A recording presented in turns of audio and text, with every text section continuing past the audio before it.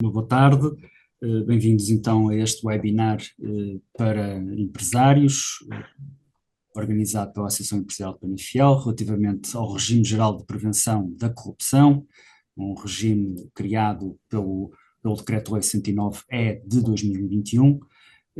Vamos então aqui tentar dar uma perspectiva do diploma que criou este regime geral da prevenção da corrupção. E depois, no final, estou aqui à disposição para questões que queiram colocar relativamente àquilo que eu vou tentar comunicar. Naturalmente que esta é uma visão não muito aprofundada, porque também não se deseja algo que seja muito cansativo, mas de qualquer forma, depois no final estejam à vontade para comunicar as vossas perguntas. Se o preferirem, até depois, por escrito, mais tarde, poderão fazê-lo diretamente para os canais normais da Associação Empresarial, nos canais de endereço de e-mail da Associação, e nós depois poderemos, com certeza, dar a nossa resposta e a nossa ajuda.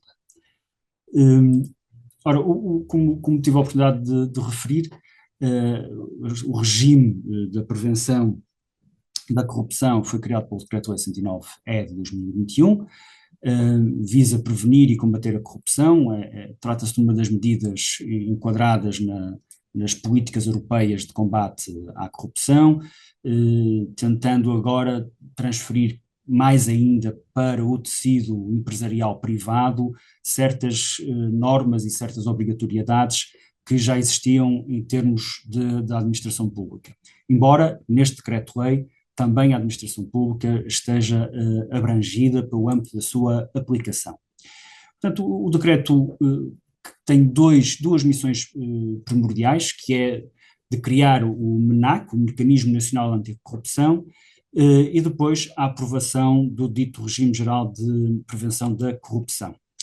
O MENAC é, no fundo, a entidade que vai ter todo o controlo sobre a implementação do regime geral de prevenção da corrupção. Trata-se de uma entidade com personalidade jurídica, de direito público, tem poderes e autonomia financeira e autonomia administrativa, tem poderes de sanções, tem poderes de fiscalização e, portanto, tem toda a liberdade de atuar dentro do quadro normativo criado por este Decreto-Lei 109 de 2021.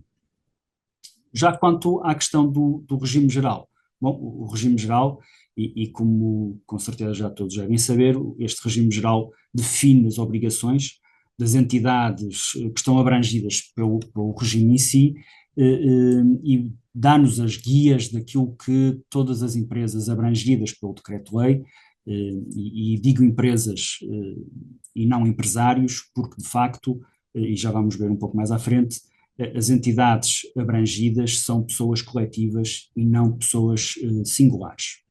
De facto, as entidades, conforme o decreto-lei as denomina, entidades abrangidas, são pessoas coletivas, com sede em Portugal, com 50 ou mais trabalhadores, e sucursais de pessoas coletivas estrangeiras que trabalhem em Portugal. Notem que aqui tem a questão do número de trabalhadores e não propriamente qualquer tipo de limitação em termos de faturação. A questão da faturação, que é importante no que diz respeito à aplicação deste regime, tem a ver mais com a questão do regime sancionatório que está previsto neste regime geral e que nós vamos ver um pouco mais à frente. Além das pessoas coletivas de direito privado, portanto, sociedades limitadas, sociedades anónimas, sociedades unipessoais limitadas, este regime é também aplicado aos serviços e pessoas coletivas de administração direta, portanto também ao Estado, mais uma vez com a situação dos 50 trabalhadores, sendo certo que aquelas entidades públicas que não têm mais de 50 trabalhadores, mesmo assim estão obrigados a ter instrumentos de prevenção dos riscos da corrupção. Há ainda a questão de entidades administrativas independentes, nomeadamente de regulação da atividade económica, como por exemplo o Banco de Portugal, exceto, no caso do Banco de Portugal, quando o Banco de Portugal atua dentro das suas prerrogativas como participante do Sistema Europeu de Bancos Centrais. No que diz respeito às obrigações das entidades públicas e privadas, bom, as entidades estão obrigadas a implementar programas de cumprimento normativo. Estes programas de cumprimento normativo, ou este programa de cumprimento normativo, prevê ou deve incluir pelo menos 4 aspectos.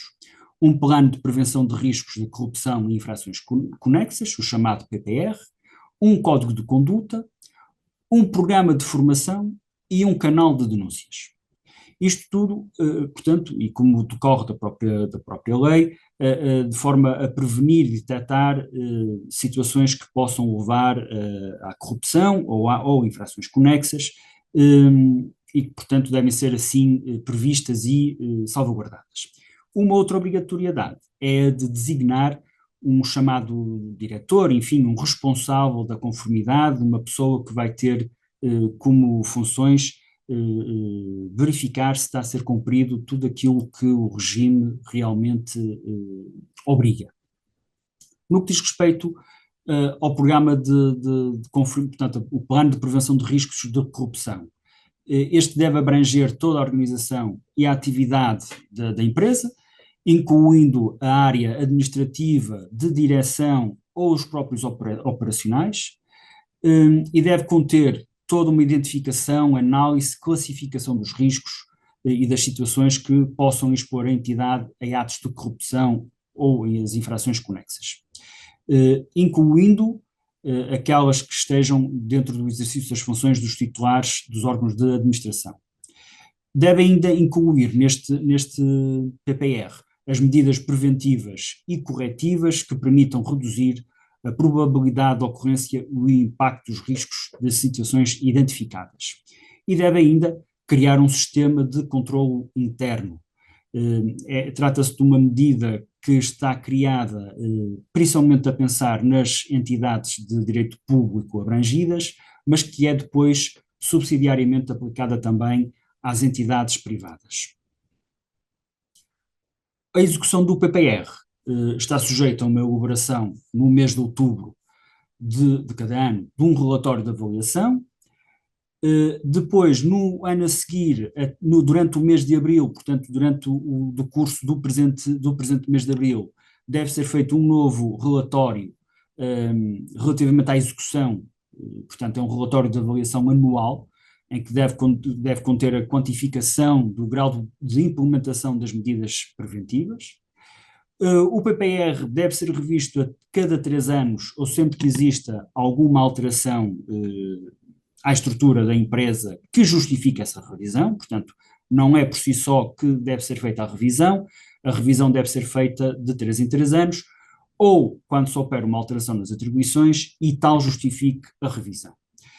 As entidades abrangidas devem assegurar sempre a publicidade do PPR, quer junto dos seus trabalhadores através de uma intranet ou no site de internet, se o tiverem. Naturalmente que as entidades que não tenham internet terão que assegurar a publicidade dos seus relatórios junto dos seus trabalhadores de alguma forma, nem que seja por e-mail, mas deverá ficar registado para depois poder demonstrar que cumpriu com esta obrigatoriedade.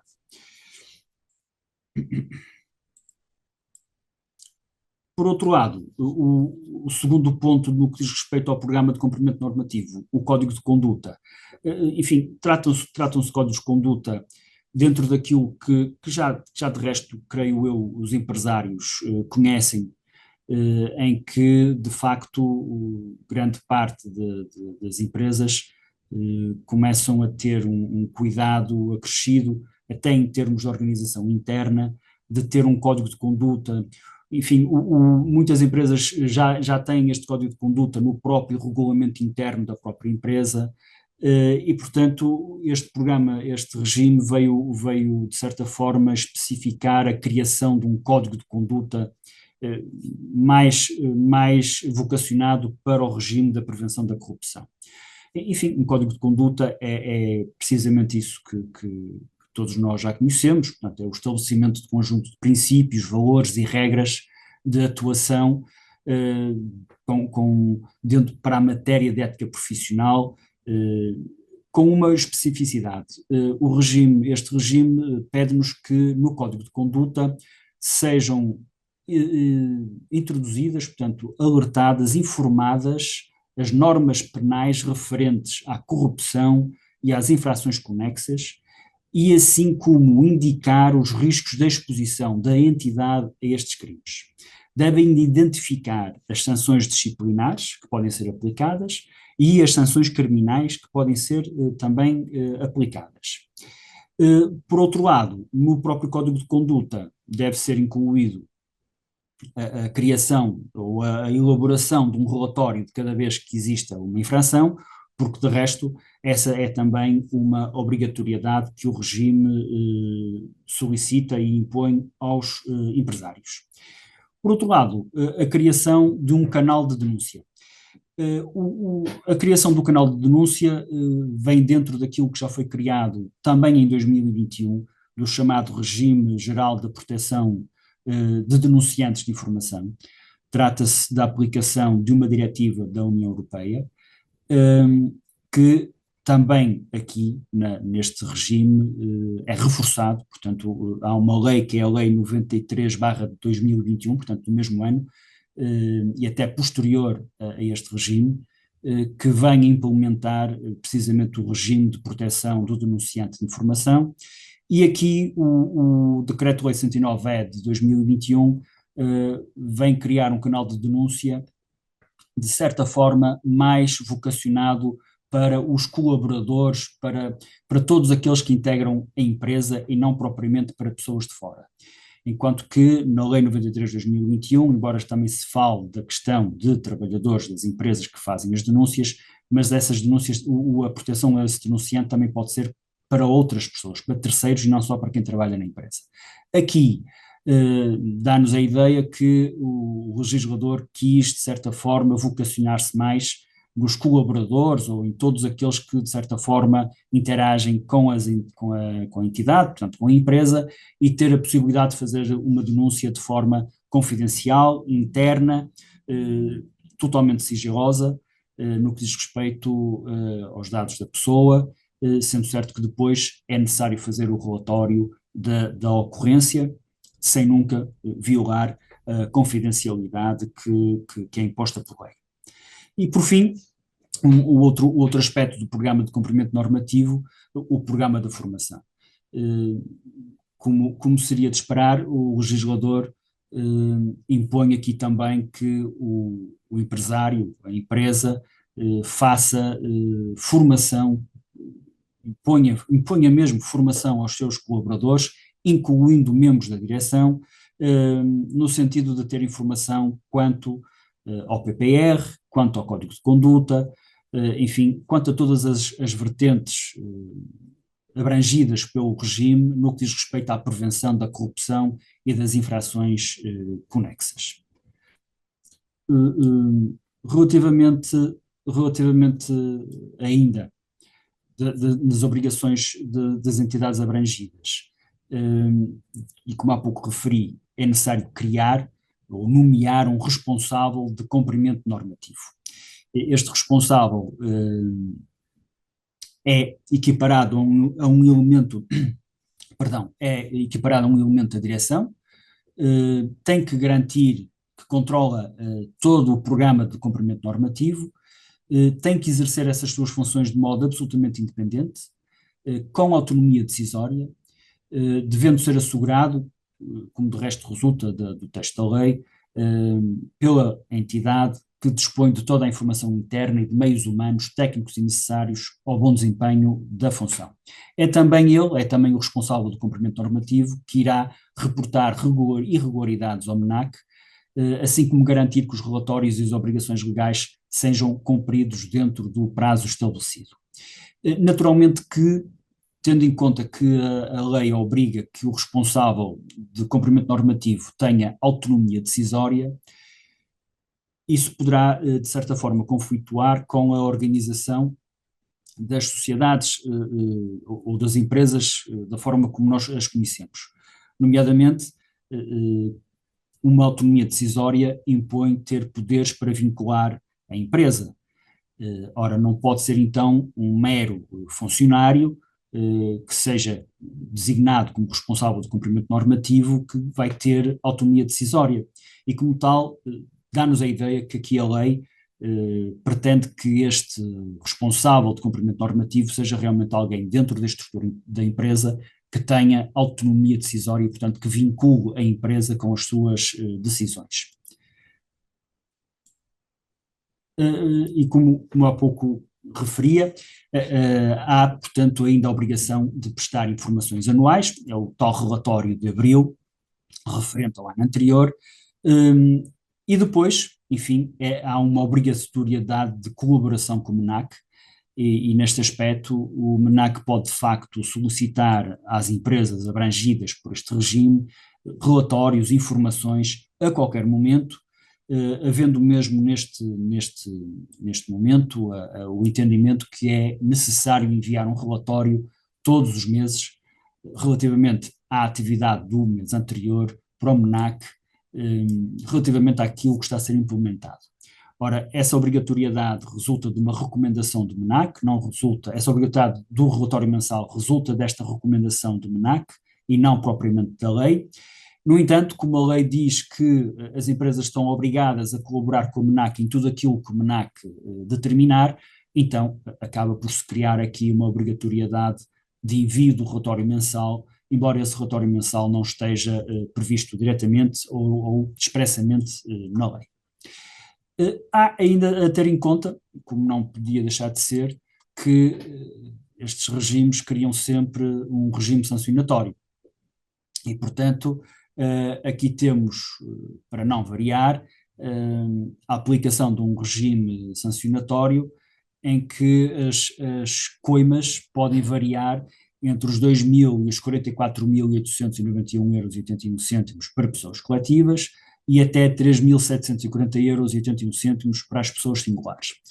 Ora, se há pouco tiveram a ocasião de me ouvir, eu referi que este regime geral se aplica somente a pessoas coletivas. E agora aqui prevê-se a aplicação de coimas a pessoas singulares. Ora, esta aplicação de coimas a pessoas singulares aplica-se porque, de facto, a lei, este decreto-lei, prevê obrigatoriedades para pessoas singulares, nomeadamente o responsável do cumprimento normativo, obrigações essas que, se não forem cumpridas, podem dar lugar, portanto, à aplicação da coima a uma pessoa singular, embora ela não tenha diretamente a obrigatoriedade de cumprir o regime.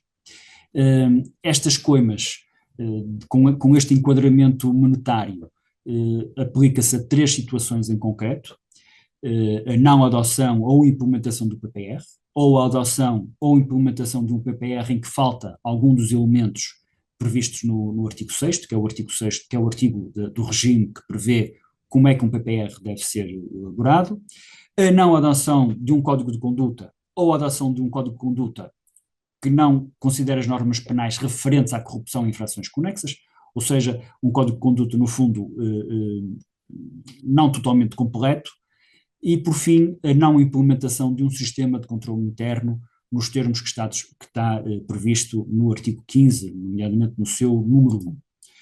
Depois temos situações em que a coima já é diferente, já tem uma moldura penal que vai dos 1.000 € até aos 25.000 € para pessoas coletivas e de 2.500 € para as pessoas singulares.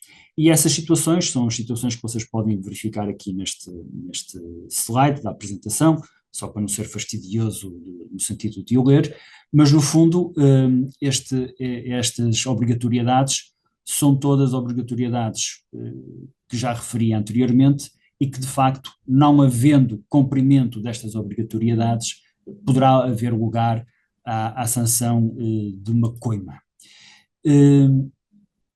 Ainda de referir relativamente à coima, ou a estas coimas, que o regime prevê uma situação que é, se for um primeiro ilícito, e se o grau de culpa do agente não for muito elevado, ou seja, se a pessoa responsável e que falhou realmente demonstrar que não foi propriamente de forma querida, dolosa, que quis cometer aquela infração, o MENAC está obrigado por lei a dar a oportunidade a esse empresário ou a essa empresa de corrigir o erro que está cometido, e ao corrigir esse erro o processo de contornação é arquivado e portanto não é aplicada a coima. Por outro lado, é necessário ter em conta que a responsabilidade pelo pagamento da coima aplicada à pessoa coletiva pode-se ainda ser responsabilizado por isso os seus órgãos de direção. Portanto, há aqui uma responsabilidade por parte da sanção que pode abranger ainda os órgãos de direção da empresa e, portanto, eles acabam por responder pela sanção caso a empresa não faça o pagamento da coima. Portanto, há aqui uma responsabilidade subsidiária no pagamento da coima, em que, caso a empresa não o faça, poderão muito bem ser os órgãos de direção obrigados a pagar pessoalmente. E aqui com algo que é necessário ter em conta. É que isto tanto acontece para situações criadas ou em que aquela direção em curso seja responsável direto, como até para situações em que aquela gerência, vamos falar em gerentes, em que aquela gerência não estava em vigor ao momento da infração, mas entretanto a decisão definitiva foi já notificada durante o período de exercício desse novo gerente. Tendo sido notificada durante o exercício desse novo gerente, embora o gerente não tenha responsabilidade direta àquilo que aconteceu, mas vai ser responsável subsidiário pelo pagamento da coima. Por outro lado, e como temos visto, durante todo o diploma é referida à questão da corrupção e infrações conexas. Mas o diploma tem somente um artigozinho relativo à definição de corrupção e infrações conexas. Não dá as definições, diz-nos antes aonde é que poderemos encontrar previstos esses crimes, estes ilícitos penais de corrupção e infrações conexas. E normalmente, e assim como está também neste decreto-lei, aquilo que são consideradas infrações conexas são, portanto, a questão do recebimento indevido e oferta de vantagem, o peculato, o tráfico de influência, participação económica em negócio, a concusão, o abuso de poder, a prevaricação, o branqueamento e ainda a fraude na obtenção ou desvio de subsídio, subvenção ou crédito. Portanto, trata-se de um diploma que vem impor uma série de obrigatoriedades, tem alguma burocracia, se calhar mais que aquela que seria desejável.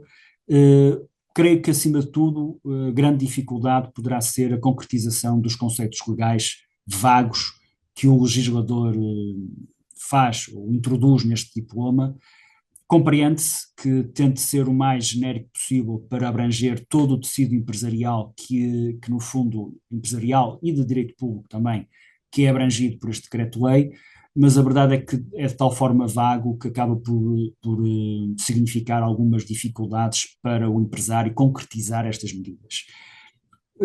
De dizer e de referir que o MENAC tem uma página de internet, por onde de resto se deve ter acesso às plataformas que permitem a apresentação dos relatórios, e o MENAC na sua página de internet tem também a indicação com guias relativos à criação do PPR, portanto, relativo à criação de um código de conduta, e, portanto, tem uma série de informações que podem ser úteis, muito úteis, para quem neste momento estiver par ou abraços de criar e de se conformar com aquilo que agora a lei nos impõe.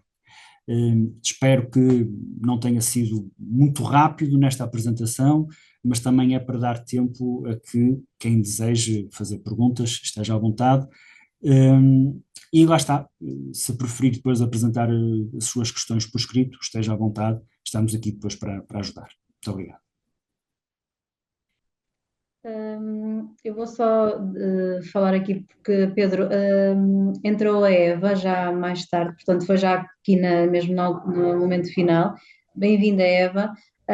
E dizer que a apresentação já foi, já quando entrou já estava quase no final, no entanto, se tiver algumas questões, agora o doutor Pedro pode responder, quer à Eva, quer à Patrícia, a quem quiser fazer questões. Eu tenho uma questão para o Pedro, se não se importar. Se eu puder, força. Olha, eu só lhe queria perguntar o seguinte: numa empresa como a nossa, por exemplo, que tem uma grande percentagem de trabalhadores fabris, como é que nós casamos esta questão do PPR? Hum, Nós temos que dar formação aos trabalhadores, mas não faz qualquer sentido dar-se formação a trabalhadores da área fabril que não têm nenhuma hipótese de cometer este tipo de crimes, não é? Ou têm uma hipótese, enfim, há sempre hipótese se o quisermos fazer, não é? Mas é reduzido e, portanto, eles nem percebem o que é que nós estamos a tentar fazer. Claro, eu creio que, enfim, o problema é que mesmo um empregado fabril, na parte de fabrico, na parte mais técnica da produção, pode sempre cair num destes crimes. Repare, eh, Sim. o desvio de um material, o desvio de material pode ocorrer por força de um ato de corrupção, não é? Porque ele pode receber algo que não tinha que receber. Vamos imaginar, por exemplo, que alguém lhe diz: olha, tu tens aí, tu produzes um vidro e eu estou a precisar de um vidro e, portanto, olha, eu dou-te 50 euros e traz-me o vidro. Sim. Isto é um recebimento indevido. Ele, Uhum. ele como funcionário, não tem, e está a violar os seus deveres Uhum. ao fazer esta venda, que não é venda nenhuma, porque, portanto, isto faz parte daquilo que está aqui em causa. Sendo certo que o diploma também entende isso, e tanto entende que o diploma diz mesmo que o conteúdo da formação deve ter em conta a exposição de de cada uma dos seus Uhum. destinatários aos riscos que estejam identificados pela empresa, não é?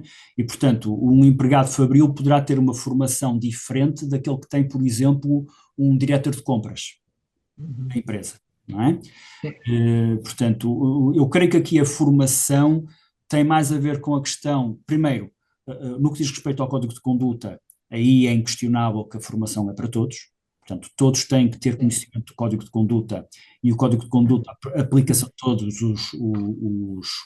portanto, toda a gente que faz parte da estrutura. Já no que diz respeito à questão, por exemplo, de identificar os crimes, poderá haver aqui alguma diferença, enfim, de acordo com a área de trabalho de cada um. Mas mesmo assim é sempre obrigatório dar essa formação e tentar explicar ao máximo, porque uma das outras coisas que o regime impõe é que os trabalhadores tenham conhecimento Uhum. de quais foram as medidas que a empresa tomou para mitigar ou prevenir a corrupção, não é? Portanto, tudo isso faz parte. E isso faz parte, não, seja o gerente, seja o empregado fabril, seja um administrativo, seja o estafeta, enfim, faz parte para todos. Sim, por isso é que temos que lhes comunicar estes relatórios Exatamente. anuais, não é? Exatamente. Os anuais e os mensais os mensais também são introduzidos na plataforma agora, não é? Já não vale Os a pena mensagens, enviar por e-mail como eles, sim, porque eles, o e-mail estava, portanto, quando eles fizeram numa aquela fase inicial. instrução, quando eles fizeram aquela recomendação e instrução ainda em 2024, a plataforma ainda não estava a Hum. funcionar devidamente, então eles pediam para enviar por e-mail. Creio que neste momento a plataforma já está a funcionar de forma segura e, portanto, todas as informações devem ser enviadas pela plataforma, sim. Ok. Muito bem, obrigadíssima. Nada. Aquilo que eu puder ajudar, força. E Obrigada. porventura, se surgir dúvidas mais para a frente, estejam sempre à vontade de as apresentar, seja através do e-mail para a associação, seja pedindo uma consulta, não há problema nenhum. Muito bem, obrigadíssimo.